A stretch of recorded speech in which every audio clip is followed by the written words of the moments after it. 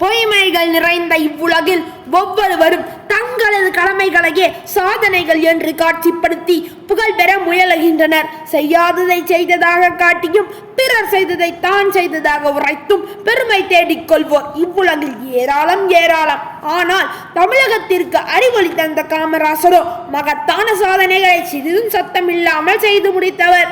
தெரு தோறும் தொடக்கப்பள்ளி, ஊர் தோறும் உயர்நிலைப் பள்ளி என அமைத்து உண்ண உணவு கொடுத்து உடுக்க உடையை கொடுத்து உழைத்து தேய்ந்த மக்களுக்கு கற்றவன் என்ற உருவம் கொடுத்து உயர் வாழ்க்கையை கொடுத்தவர். அவருக்கு எத்தனை நோபல் பரிசு கொடுத்திருக்க வேண்டும். சிந்தியுங்கள். தமிழகத்தில் தொழில் வளர்ச்சி இவரது ஆட்சியில்தான் உச்சம் தொட்டது. அணைகளால் உழவை செழிப்பாக்கி நீர்மின் நிலையங்கள், அணுமின் நிலையங்கள் என மின் உற்பத்திக்கு வித்திட்டு தமிழக கிராமங்களுக்கு ஒளியூட்டி விவசாயிகள் வயிற்றில் பாலை வார்த்தவர். ஆனால் ஒருமுறை கூட தன் செயல்களை பற்றி பெருமை பாராட்டியவராய் காமராஜர் நடந்து கொள்ளவில்லை.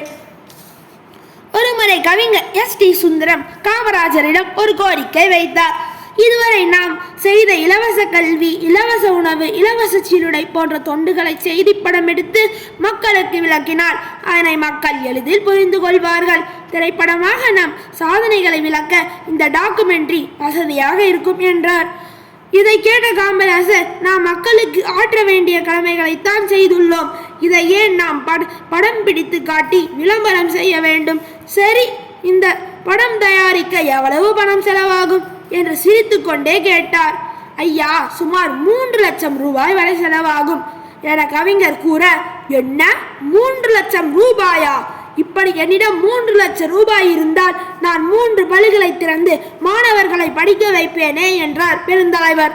அதனால் தான் அவர் பெருந்தலைவர். நண்பர்களே, காமராசரின் பிறந்த நாளில் அவர் சென்ற நற்பாதையில் நாமும் செல்ல முடிவெடுப்போம்.